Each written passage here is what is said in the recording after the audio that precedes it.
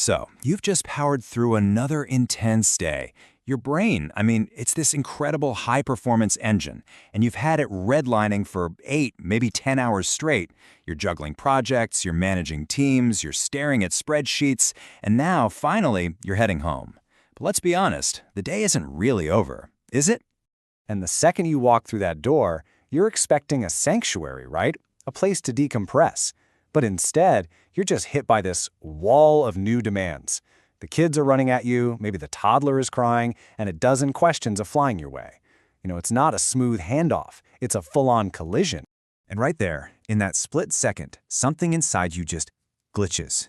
It feels like a total system failure. But listen, you are not a bad parent. You are not a weak person. What you're experiencing is a completely predictable biological crash. And today, we're going to break down exactly why it happens, and more importantly, what you can do about it. Okay, let's get right into it. We're calling this whole thing the 6 p.m. glitch. It's that jarring, sudden shift from being a manager or a coder or a strategist to suddenly being a parent. And I want to be really clear, this is not a personal failing. It's basically a neurological traffic jam happening inside your head. See, your brain doesn't have an off switch. It can't just clock out when you leave the office. After a day of high-stakes work, it is swimming in stress hormones like cortisol. It's still firing on all cylinders, what neuroscientists call high-beta brainwaves. That's the frequency of intense problem-solving focus. You are, for all intents and purposes, still in combat mode. Your body is home, but your nervous system didn't get the memo. So what's really going on here at a chemical level? Because this isn't just a feeling, it's a very real physiological state. By 6 o'clock in the evening, your brain's fuel tank is running on fumes. And the central concept we need to understand is something called decision fatigue. I want you to think about your ability to make good, thoughtful choices like a muscle. And just like any muscle, it gets tired after you use it all day. Or think of it like your phone battery. Every single decision you make, big or small, drains it a little bit. By evening, that battery is blinking red. So how much are we actually using that battery? Well, some research suggests that the average person makes around 35,000 decisions a day. That's wild, right? From what to wear, to which email to reply to first, to what to grab for lunch, every single one of those is a small withdrawal from your mental bank account. And here is the absolute crucial point. The mental energy you use for that big, intensive work project, it is the exact same energy you need to have patience with your kids. It all comes from the same, very limited supply. Specifically the glucose that fuels your prefrontal cortex. That's the part of your brain that handles things like self-control and complex thinking. There aren't two separate fuel tanks. It's all one.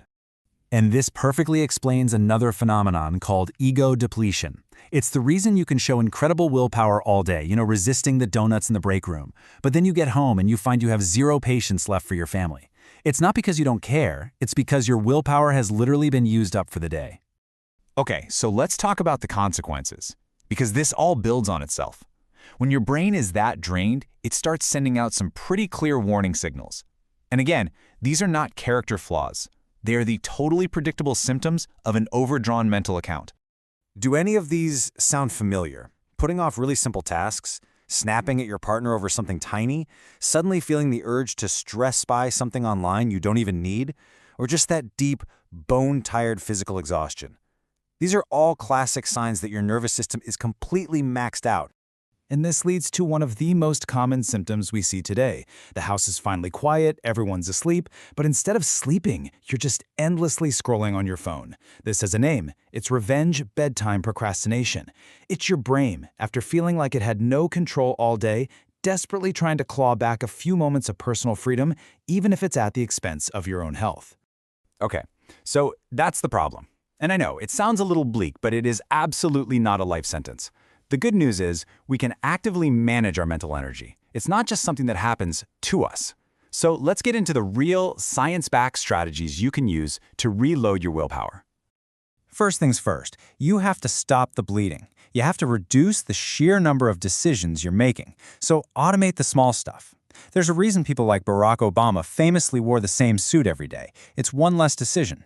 Make your biggest, most important choices in the morning when your brain is fresh. And for everything else, you have to embrace good enough. Seriously, not every choice needs to be optimized to perfection. Next, you have to physically refuel the tank. Remember that mental energy we were talking about? It's literally biological. It's powered by glucose. So, keeping your blood sugar stable, staying hydrated, taking real breaks away from a screen, and especially sleep, these are not luxuries. They are absolutely non-negotiable for your cognitive performance. All right, now for what might be the most powerful tool of all.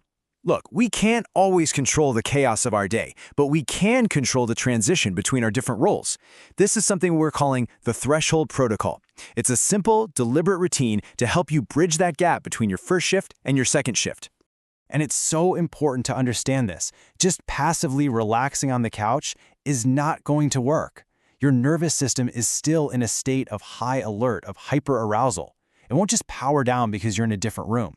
You need an active, deliberate process to signal to your brain that it's actually safe to downshift. So here it is. It's so simple. Before you even walk in that door, just take 5 to 10 minutes. Sit in your car or just stand on your porch and put your phone away. Then perform 3 to 5 physiological sighs. That's a big inhale through the nose, a second little inhale on top, and then a long, slow exhale through the mouth. This is the fastest known way to calm your nervous system. Then just close your eyes, cutting off all that stimulation.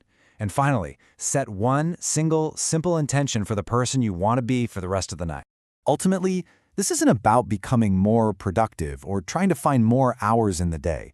It is about protecting your most valuable and truly finite resource, your own mind.